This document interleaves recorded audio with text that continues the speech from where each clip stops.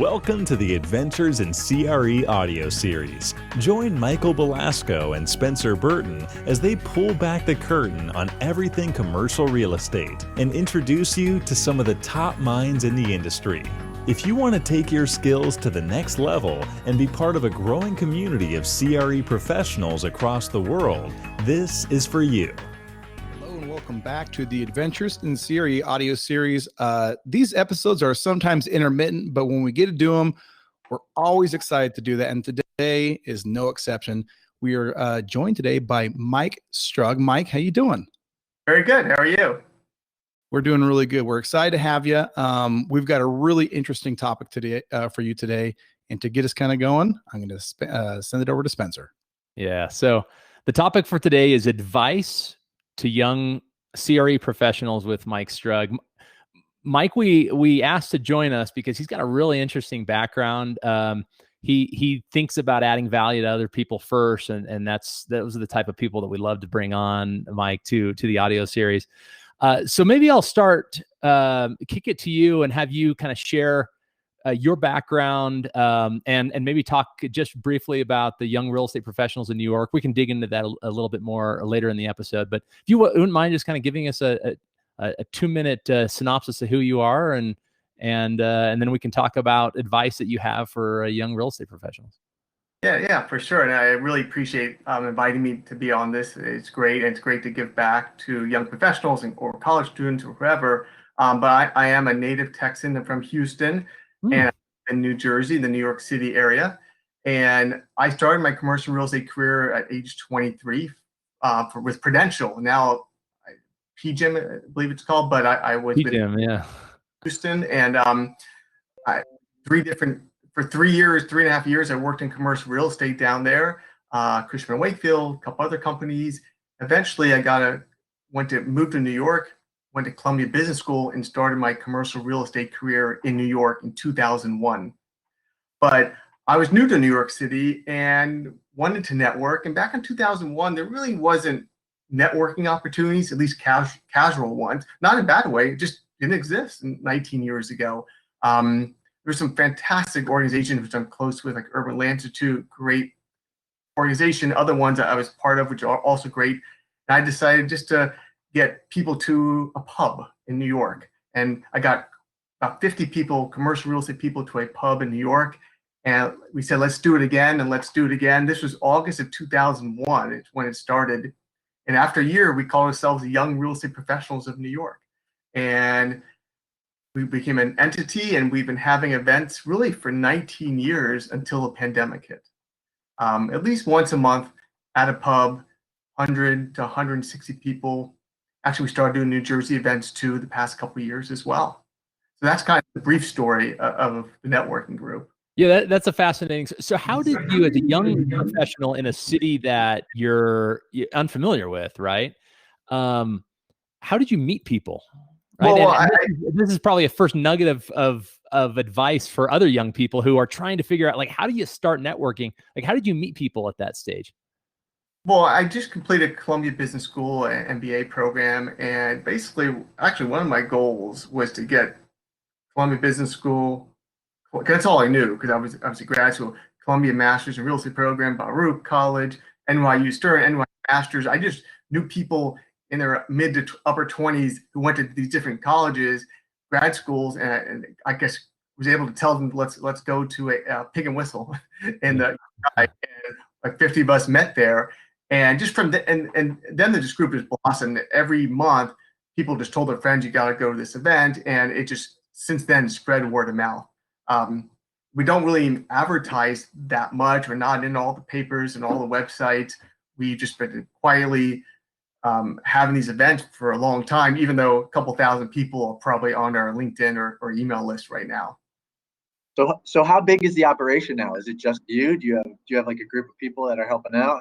It's always a group of people, like 4 or 5 of us, and I've always had it. It's never just me. It's always been a group of people. Over the years, it's been a different group as some people have left the city or what have you. But it's always been a group of people, and every year I try to get new people, even younger. Now I'm in my 40s, younger professionals in the 20s that help plan the events. This is a weird time for the group because we've always had live events in New York City or New Jersey. We're starting to have some virtual events since the pandemic. It's obviously not the same, but we'll definitely be back up and running soon. There's been other things which I could go into how we've transitioned since the pandemic as well. But one of my goals is really to start a casual get together that didn't cost a lot of money. Like our events is free to go to. You just buy your own drinks, you kind of buy your own really drinks. And I just didn't want to have that upfront charge. And I think that was just a different philosophy for our group. So as your career has grown in the last 19 years since you started the organization, what do you see as the primary benefits of gathering together with other professionals in this way? Well, first of all, if you work on the deal side of the business, it's great to meet people. It's great to just, someone who's been through a couple of downturns in my life and been let go because of downturns in my life. You always want to build your network. You always just want to have, if you lose your job, here's the first 300 people you're going to talk to the next day, or maybe 2 days later, you'll rest for a day, and then you start looking for Yeah. And once you've been let go from a company because of a downturn, you just never forget that. And I'm always striving to build a network. And it's just like that. And it's good. It's also, it's an industry, something that we like, kind of like sports. You like sports, you like talking to people about sports. I like commercial real estate. I like being around commercial real estate professionals. And it's just a fun industry and fun get together. So you had the benefit of a built-in network at Columbia and NYU, and you're in the city with a lot of real estate professionals. What about those who don't have that built-in network? Maybe they're at a non-target school, and I say non-target not in the traditional way, but in a way where there's not a lot of real estate alumni within a school, or they're in a smaller market, less institutional, and so there are fewer. What are some thoughts on how those individuals can still connect with and build their network? Yeah, it's really just finding online, just Googling or finding, what are the networking groups in your city, in your location. There's so many great organizations out there, and just be part of it. I mean, now it's virtual, it's even easier. We have people around the country now joining our group. And actually, usually college kids don't come to our events because they're physically they're in college and may not be 21. They can't even go to our events.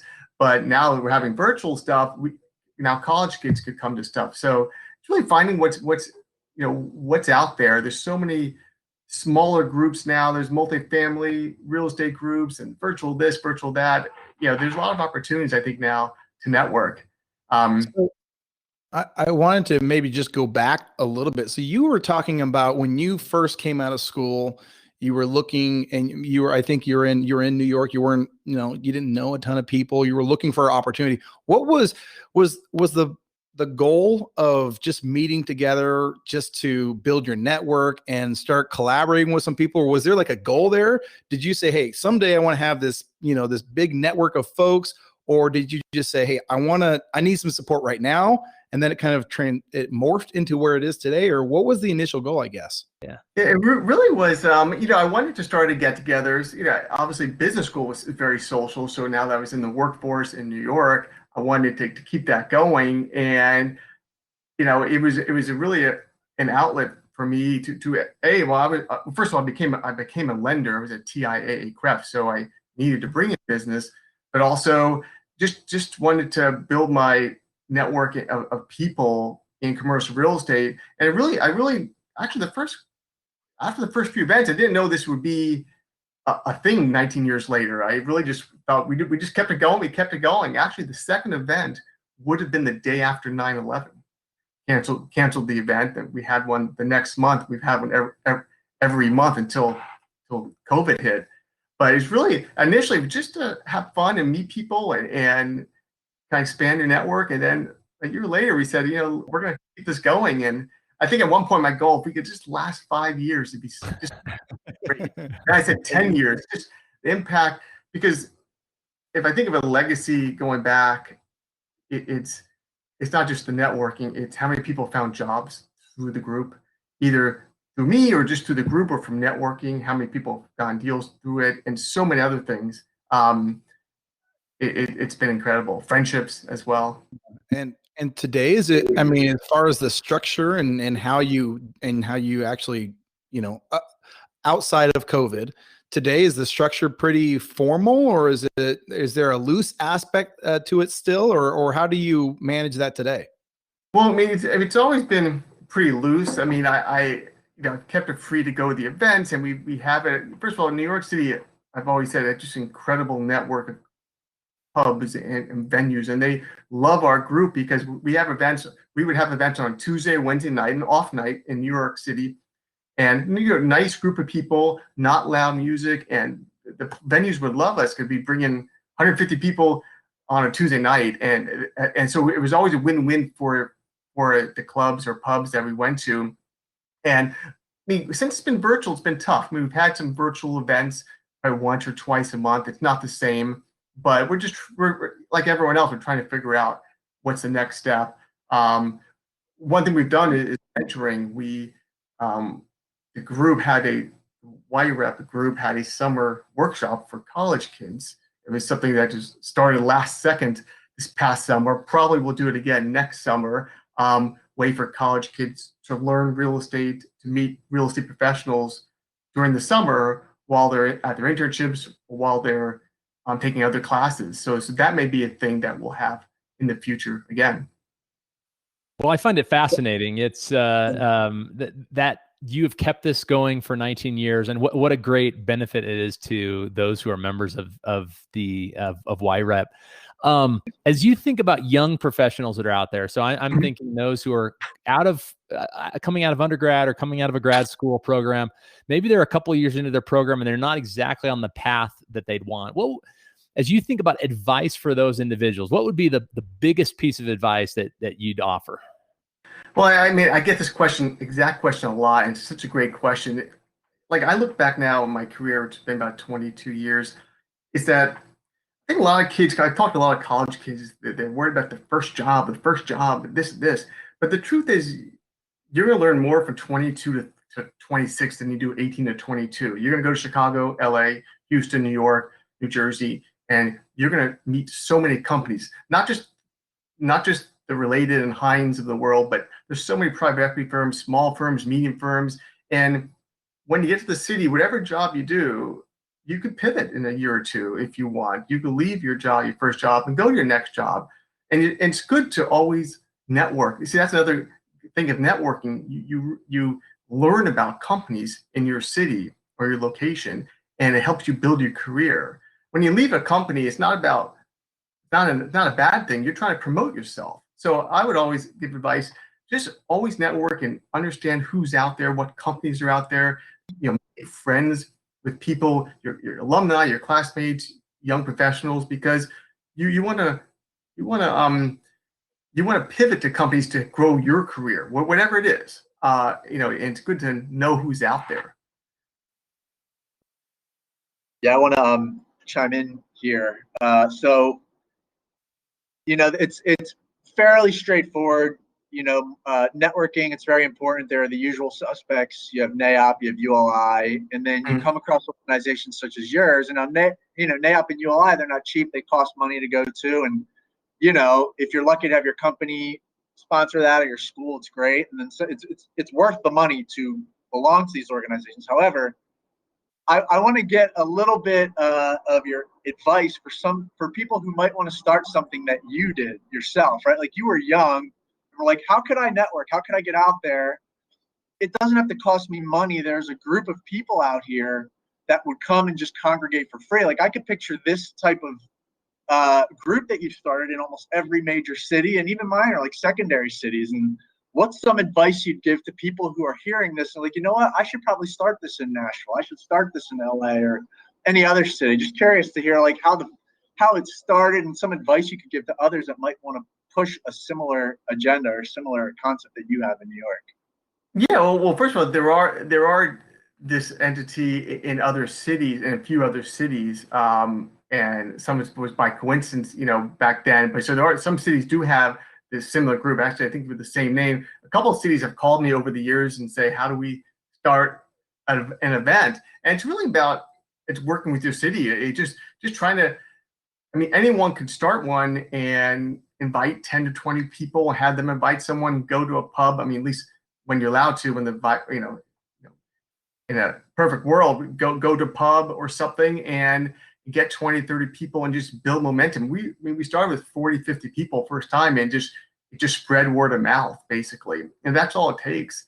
It just, you could keep it simple. You don't have to have fancy websites and all that. You can just keep it simple at first and just build it.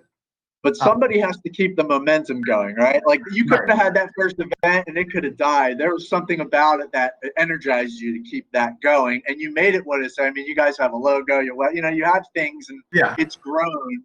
And that I find I think it's amazing. And you've done this all while holding down a full-time job, growing your career, and excelling within the industry itself. So it's not a full-time thing for you. This is something you're able to do. Right. To the benefit of everybody in your area, to the benefit of everybody in the industry that lives in and around New York City. So right. And it's fun, especially here in New York, where believe it or not, most people come to the event are not necessarily New Yorkers. Half the people here are from, like me, from Texas, California, Pittsburgh, you name it. And it's kind of fun where we're all a networking event, and you're meeting people, not just your city, you're meeting people from around the country, if not world, at our events. And that's been special too, because a lot of people based in New York work in nationwide commercial real estate. I've always worked in nationwide commercial real estate, so I'm able to meet someone or at my event who's from LA originally, and I could be looking at a deal in Santa Monica. And it's great. I could be able to talk with them. It makes it special. But yeah, you're right. Anyone could start a similar group and similar concept, and virtually or live, and really be able to meet people. All the other groups you mentioned that cost. I mean, those are great groups that I've been a part of too, which are fantastic. But you're right; it could be something simple like this. Yeah. So you've brought up virtual several times. Obviously, I mean, here we are. Our audio series is generally in person, and here we are instead with talking virtually. First off, a question for YREP: what have you done now in a COVID era? Are you holding virtual events, or have you focused on other efforts? Or talk to us about that. Yeah, we've had, I mean, basically we've had a couple virtual events, maybe not more than a couple, probably have 1 or 2 a month, similar to like a Zoom type thing. And the crowds have been smaller, anywhere from 15 to 30 people. It's still fun. Still meeting people. And we'll continue that for now. We're trying to figure out if we can even have a small event here in New Jersey or New York. We'll see when we could do that. But we're trying to do some virtual ones. We haven't had like a roundtable discussion yet. We probably will one day. What I do sometimes, though, I do tell our group members about other things going on. There are a lot of great virtual events going on nationally. I do try to get the word out about other events as well. So how do you network in a virtual setting? Are you doing breakout rooms, or is it just everyone's introducing themselves? How does that work exactly? Yeah, either breakout rooms or in Zoom, or go to remo.co, which is another website to meet people. It's really just that. At least that's all I've used so far. Okay. And so I've and it's a bit of a leading question because I have some advice I want to offer on this as well. Michael and I participated yesterday in kind of a speaking event with a university, and there's some, let's call it Zoom etiquette. But as you think about Zoom etiquette, like what gives you a foot forward or a good first impression? Well, let's talk a little bit about that. So what are your thoughts on Zoom etiquette? In person, we all have, right? We've learned since we were in school. It's like, these are the things you do and you don't do in a networking, or in-person networking event. What about Zoom? What are your thoughts there? It's funny because, I've enjoyed the Zoom so far because, first of all, I'm able to meet people nationwide. People have come try to join the YREP group, which is free. If you go to the website, the yrepny.org, and you can join today, and it's free. I've met so many people nationally through this and be able to go on Zoom. I would say if you're in a Zoom meeting with 6 people or in a room, it's tough because you want to talk with 6 people at once. I'd say try to have conversation. I mean, try not to have one conversation with one person. Then if you do, you kind of have to break it up so other people can talk too.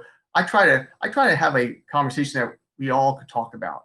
Hotel sector right now, or retailers, or the Hudson Yard, something that all 6 of us could talk at the same time, not that just 2 people focus on one deal. I try to get everyone involved together.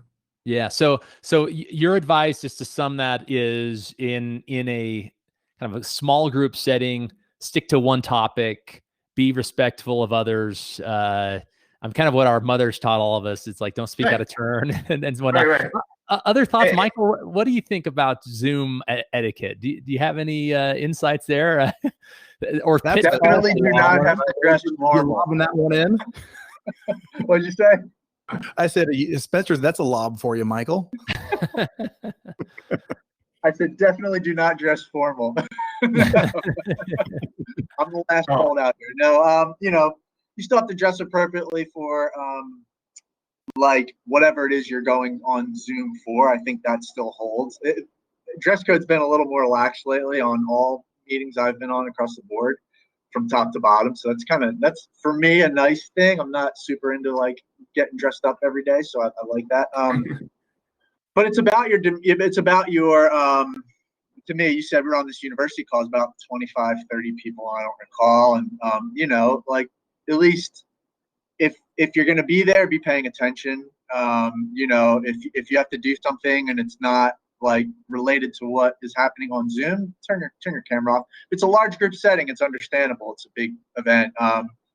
If you're having a side conversation on mute and you're like looking away and you're laughing and you're doing things like that, and I've seen that, it's very distracting, and I'd say very unprofessional. And you don't want to be that person doing that. And I've seen it more than once. So, know the audience, right? It's the same thing in person.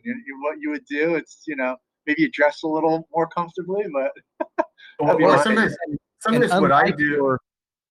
Go ahead, Mike.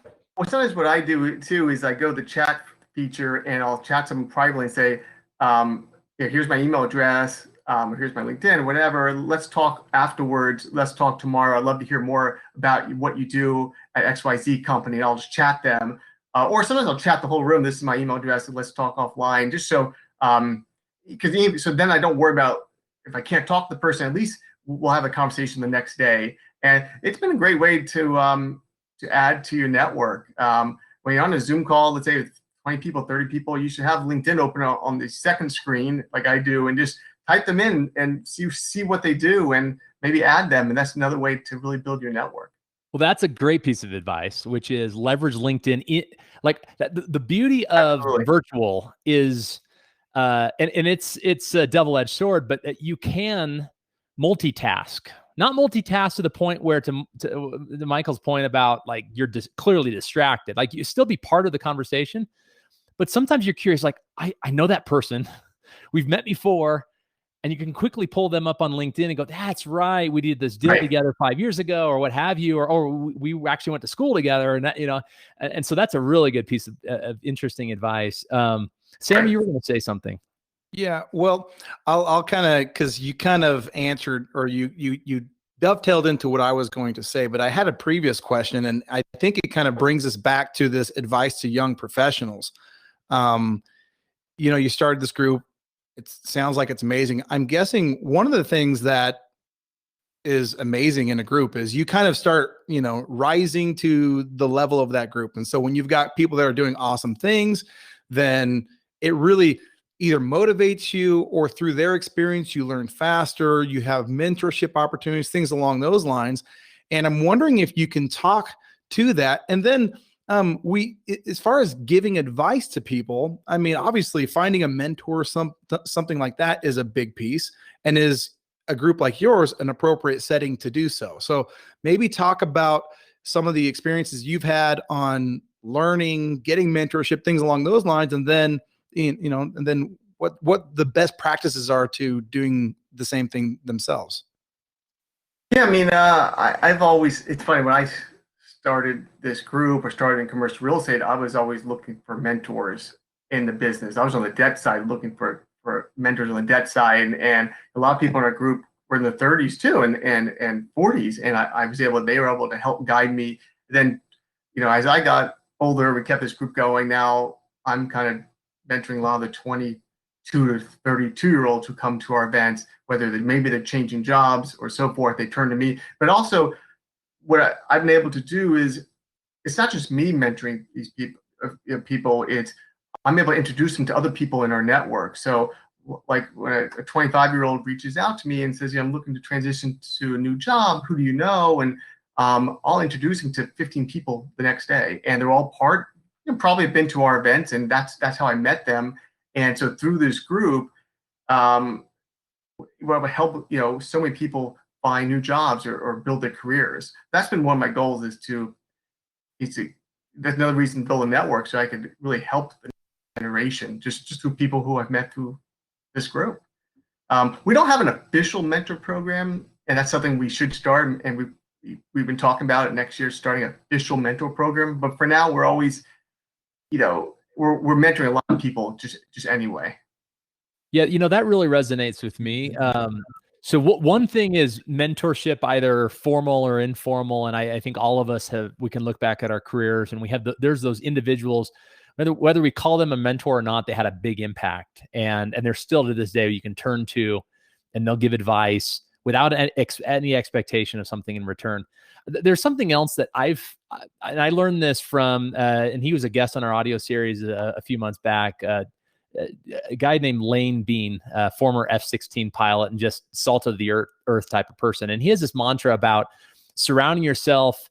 I think he calls them tens, but surrounding yourself with just exceptional people. And it reminds me of when I was young and my parents wanted me to hang out with the good crowd, not the bad crowd. In your career, it's the same thing. And Right. So if you're aspiring to something, surround yourself with people who have either hit that or are working towards that same goal. And a rising tide sort of mentality lifts you together with those who are you're surrounded. And so, and by the way, a reason to join groups like YREP, right? You're joining groups of individuals who have high expectations of themselves and those that they associate with. So Right. And it's all about, you're right, surrounding yourself with positive people, and that's what I do. I mean, you can meet great people in any city. You can meet nasty people in any city. But it's about surrounding people with people who are going to help your career and want you to succeed and so forth. And that's been the fun thing about this group. I've met so many people over the years, and who I've helped, or they've helped me, and we've helped each other succeed, and that's why I've kept it going. It's been a very positive environment. Again, it's not like loud music there. It's more like a positive environment, and people have a good time. And, it's important. Well, congratulations. yrepny.org. And now people across the country can join. And I think it's just a phenomenal thing that you've done, Mike. Thank you for coming on. Thank you for what you've done to contribute and benefit those in the industry. Yeah, no, I really appreciate it. It's been great. And again, now giving back to college students a lot, because a lot of college students can join now because it's virtual. It's great. Awesome. Well, thanks to you, Mike. We appreciate you. We appreciate what you're doing in your community and things along those lines. So we appreciate that, and also everything you shared with us today. That is absolutely phenomenal. So thanks for coming, and to our listeners, thank you for listening, and we will see you on the next episode. Thanks for tuning into this episode of the Adventures in CRE audio series. For show notes and additional resources, head over to www.adventuresincre.com/audio series. Would you like to learn real estate financial modeling in a matter of weeks and do it with zero guesswork? If so, the ACRE Accelerator is for you. The Accelerator is a step-by-step, case-based program designed to teach you exactly what you need to know and in the order you need to know it, so you can gain both the knowledge and experience to take your career to the next level. To see if the Accelerator is right for you, go to www.adventuresincre.com/accelerator.